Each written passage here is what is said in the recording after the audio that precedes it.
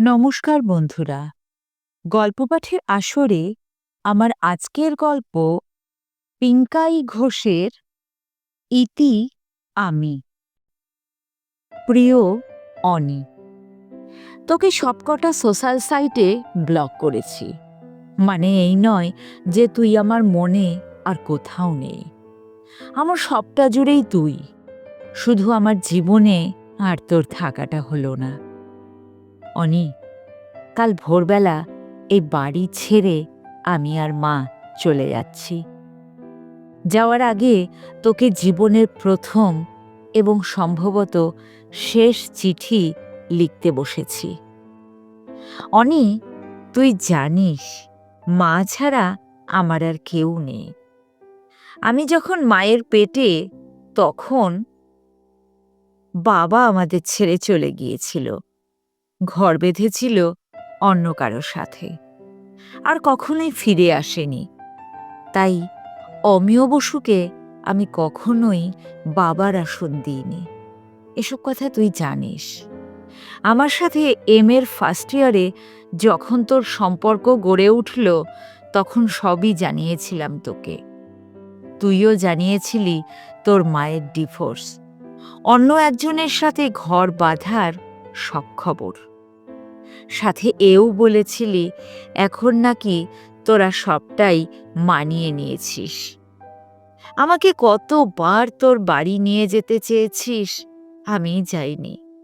বলেছিলাম একেবারে নতুন বউ হয়ে যাব। সেদিন ফেসবুকটা খুলতেই চোখে পড়ল বাবা মার সাথে একসাথে ফটো দিয়েছিস।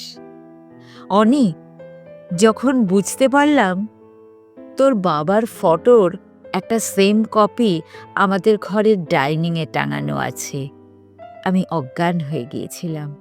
সেদিনটা রবিবার ছিল। মা ছুটে এসেছিল আমার কাছে, তারপর বুঝতে পেরেছিল সব। মা বদলির দরখাস্ত তার পরদিন অফিসে দিয়ে এসেছিল। এরপর অনেকবার এসেছিস তুই আমার বাড়িতে, আমি কোনো দিন দেখা করিনি। সব কিছু থেকে সরিয়ে নিয়েছি নিজেকে, শুধু আমাদের কাটানো সুন্দর স্মৃতিকটাই আছে। অনেকবার মনে হয়েছে তোকে গিয়ে বলি আমি অমিয় বসুর ঔরসজাত সন্তান। তারপরই ভেবেছি কি লাভ তোর সাজানো জীবন ভেঙে। তুই ভালো থাক, একদিন তুই আমায় ভুলে যাবি। কিন্তু অনি, আমার ঘরে রইল কি ইতি আমি। পুনশ্চ কিছু চিঠির ঠিকানা থাকে না, এই চিঠিও তুই কখনো পাবি না অনি। আমার চিঠির এই পাতা কখনো তোর কাছে পৌঁছবে না। তুই কোনো দিনও জানবি না কেন আমি তোর জীবন থেকে নিঃশব্দে চলে গেছি। আমায় যত খুশি ঘৃণা করিস, শুধু তুই ভালো থাকিস।